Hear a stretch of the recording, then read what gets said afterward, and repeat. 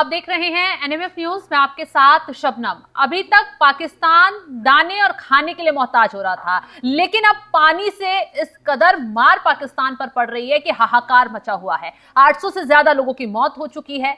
20 लाख से ज्यादा लोग प्रभावित इस बाढ़ से बताए जा रहे हैं। गांव के गांव बह गए हैं, तबाही मची हुई है। लेकिन देखिए, जो वहां की सरकार है और जो वहां के नेता हैं वो क्या कह रहे हैं?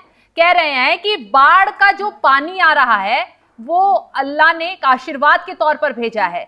बहुत से देश, बहुत से लोग बाढ़ से काफी, वहां सूखा है, परेशान है, वहां पानी नहीं आ रहा है, लेकिन अपने यहाँ तो कुदरती पानी आ रहा है। इसे बाढ़ के पानी को बाल्टियों में भर लीजिए, टबों में भर लीजिए, ताकि आपको राहत मिल पाए आगे के लिए। ऐसे में जो मरियम नवाज हैं वो किसी मॉल में शॉपिंग कर रही हैं। वहां की जो सेना है वो वहां के डैम उड़ा दे रही है ताकि पंजाब बाढ़ से बचा रहे और सिंध प्रांत पूरी तरह बाढ़ से तबाह हो जाए। इसी पर चर्चा करेंगे और चर्चा के लिए हमारे साथ जुड़े हुए हैं वरिष्ठ पत्रकार पंकज प्रसून जी। पंकज जी, पाकिस्तान के मंत्री आसिफ ख्वाजा कह रहे हैं कि बाढ़ का पानी जो है वो तबाही मत समझिए, इसे आपदा मत समझिए, ये तो अल्लाह का दिया आशीर्वाद है और इस पानी को स्टोर करके रखिए, काम आएगा। उनका पूरा बयान कुछ इस तरह है। एक पाकिस्तानी टेलीविजन चैनल है जिसपे उन्होंने ये कहा है कि जरा सोचिए कि हमारे दुश्मन काफिरों ने पानी रोकने की कोशिश की, पर अल्लाह की मेहरबानी देखिए कि उन्होंने पानी रोकने की कोशिश की और उन्होंने सैलाब भेज दिया। सैलाब मतलब बाढ़ होता है। सैलाब भेज दिया। अब पाकिस्तान में पानी ही पानी है। तो काफिरों का जो प्लान था उसे अल्लाह ने ध्वस्त कर दिया है। ये अपॉर्चुनिटी है, ये अल्लाह की मेहर है। और मैं तो पाकिस्तान के लोगों से यह अपील करता हूं कि इसे बाढ़ ना समझे, इसे ऐसा मत समझे कि खेत बह गए, फसलें बह गई, घर बह गए, मवेशी जो है वो बह गए, ये सब ऐसे मत सोचे। वो अपने टबों में, अपनी बाल्टियों में पानी जमा करके रखे ताकि गर्मियों में ये काम आ सके। ये पाकिस्तान के डिफेंस मिनिस्टर ख्वाजा आसिफ वहां के नेशनल टेलीविजन पे बोल रहे थे। और चाहे अब दुनिया में बहुत सारे बड़े, कोई फर्क नहीं पड़ता इन्हें। 24 लाख लोग प्रभावित हैं इस पूरे बाढ़ से। हाँ। 800 से ज्यादा मौतें हो चुकी हैं। कल शाम की रिपोर्ट के अनुसार 800 से ज्यादा मौतें। 1.5 लाख लोग कैंपों में रह रहे हैं, उनको हटा के कहीं ना कहीं कैंप में डाला गया। बहुत सारे लोगों को रेस्क्यू किया गया है। 24 लाख लोग, 1000 से ज्यादा गांव बह गए पूरी तरह। 1000 से ज्यादा गांव, 8000 से ज्यादा घरें बिल्कुल समतल हो गई, बहा ले गए। 8000 से ज्यादा घरें। इतने भयंकर सैलाब को, इतने भयंकर बाढ़ को ये ख्वाजा आसिफ कह रहे हैं कि बाल्टियों में, टबों में रख ले। ये तो अच्छा हुआ कि मुंह में कुल्ला बना के न रख ले, ये नहीं कहा इन्होंने।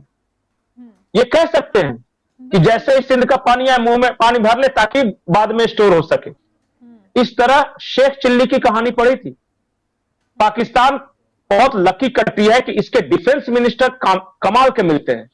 इससे पहले वाला डिफेंस मिनिस्टर था, वो कह रहा था कि 100 किलो के परमाणु बम बना के रखें और आलू बम की तरह निकालेंगे या फोड़ देंगे। उसको ये नहीं, बेहुदा को पता था कि परमाणु बम होते क्या हैं।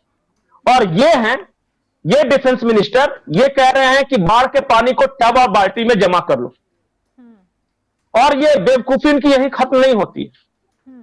अगर बेवकूफों का कंपटीशन हो तो पाकिस्तान हमेशा मिस्टर वर्ल्ड रहेगा।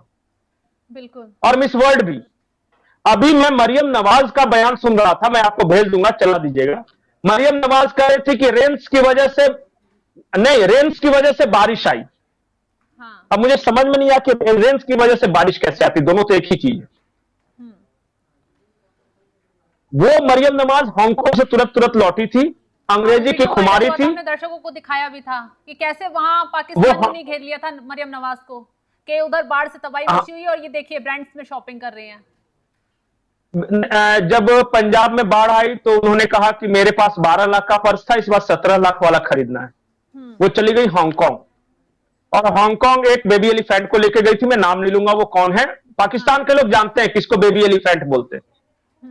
तो उसके साथ गई थी, 17 लाख का पर्स खरीदा, 13 लाख की जूतियां खरीदी और इस तरह मॉल में शॉपिंग करी थी। मुझे नहीं पता कि वो क्या होता है, हीरा जड़ा है क्या है, मुझे जानकारी नहीं है। वो तब जब पाकिस्तान में सैलाब आया हुआ था और 24 लाख लोग अकेले पंजाब प्रांत में प्रभावित थे। और वो आके यहां कर रही है, हाँ, और वो पाकिस्तान में लैंड करते ही कह रही है कि रेन्स की वजह से बारिश आई हाँ। और इसलिए ये सैलाब आया है, इसमें हमारी कोई गलती नहीं। ये है, तो पाकिस्तान ये है अब किसके पाकिस्तान। भरोसे है? शहबाज शरीफ, असीम मुनीर चाइना घूम रहे हैं, वो अपनी अलग गठजोड़ में लगे हुए हैं। मरियम नवाज वो विदेश दौरे पर घूमकर अभी लौटी हैं, हालांकि जब तक हालात बहुत ज्यादा बदतर हो चुके हैं।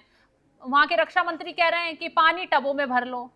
अब पब्लिक करे तो करे क्या? सड़कों पर उतरकर विरोध प्रदर्शन ही कर सकती है, और जो कर रहे हैं अब लोग वहां। आपने पूछा पाकिस्तान किसके भरोसे है? हाँ। किसके भरोसे चल रहा है? 3A के भरोसे चल रहा है। 3A, पहला ए अल्लाह, दूसरा ए अमेरिका और तीसरा ए आर्मी। बस पाकिस्तान यही चला रहे हैं, अल्लाह, अमेरिका और आर्मी।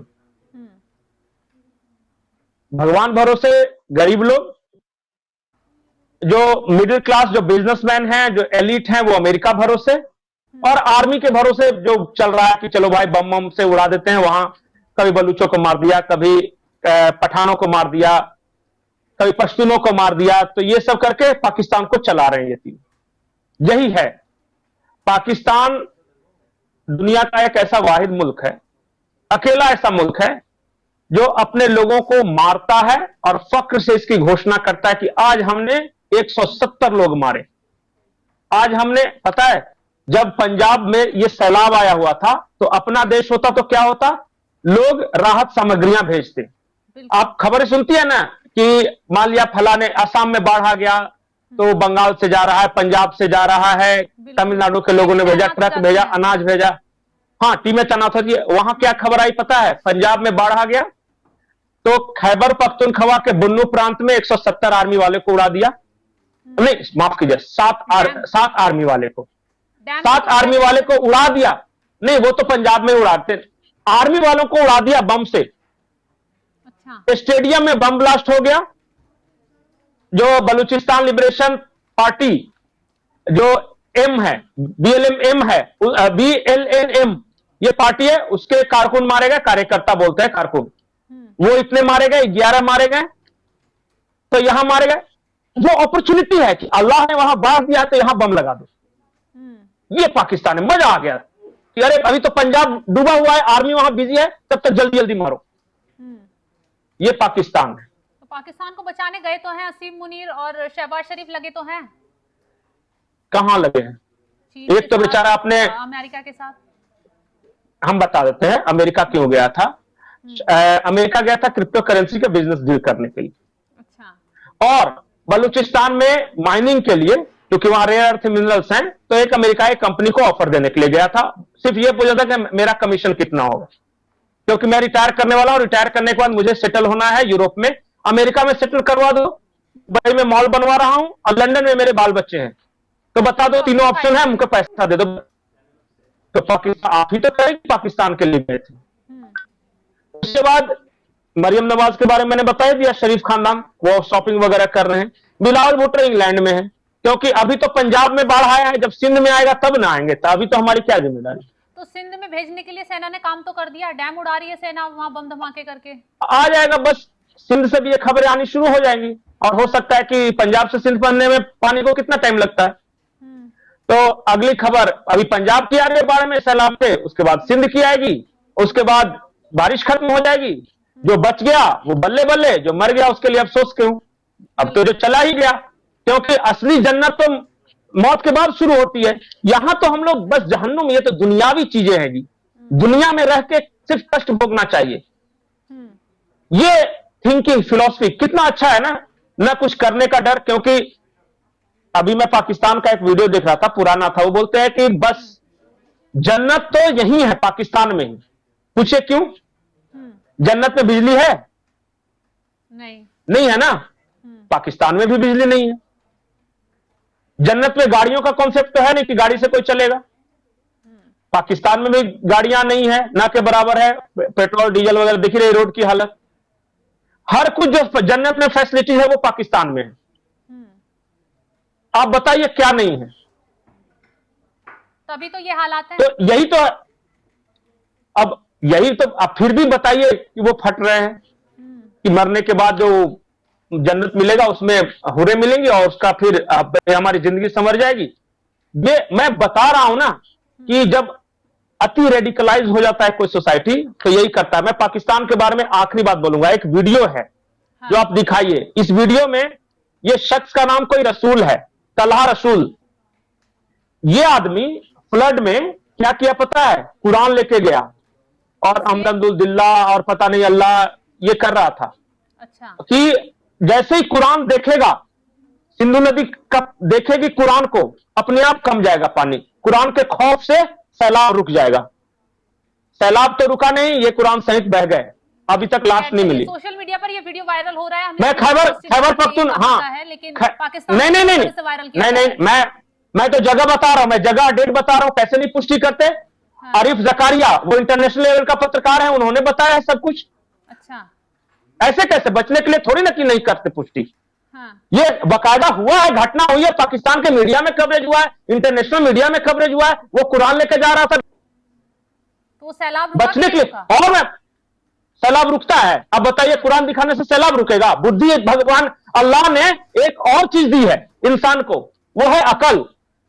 किसका भी बेटा इस्तेमाल कर लेना कभी कभी, और ये भी अल्लाह का दिया हुआ ही है।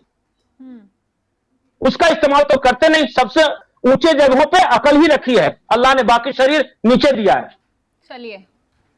चलिए पंकज जी, आपका बहुत बहुत शुक्रिया तमाम जानकारी देने के लिए। तो पाकिस्तान में इस वक्त हालात बद से बदतर होते जा रहे हैं, बाढ़ से भारी तबाही मच रही है, लेकिन वहां के नेता क्या कर रहे हैं? जैसा कि हमने आपको बताया, कुछ नेता चीन में हैं, कुछ बाहर शॉपिंग पर गए हुए हैं, और कुछ जो नेता हैं वो इस तरीके की बयानबाजी दे रहे हैं जिससे पाकिस्तान की जनता में हाहाकार मच गया है कि हम बचें तो कैसे बचें, हमें राहत मिले तो कैसे मिले। ना तो सरकार सुन रही है, ना सेना देख रही है, ना ही वहां कोई अधिकारी कर्मचारी उनकी मदद करने के लिए सामने आ रहा है, और हालात उससे बिगड़ते जा रहे हैं। 800 से ज्यादा लोगों की मौत अब तक हो चुकी है, और आने वाले दिनों में जिस तरीके के हालात बने हुए हैं, आंकड़ा और ज्यादा बढ़ सकता है। तो चलिए, जो जानकारी हमने आपके साथ साझा की है उसको लेकर आप क्या कुछ राय रखते हैं, कमेंट बॉक्स में जरूर बताइएगा, और तमाम बड़ी खबरों की अपडेट के लिए आप हमारे साथ जुड़े रहें। नमस्कार।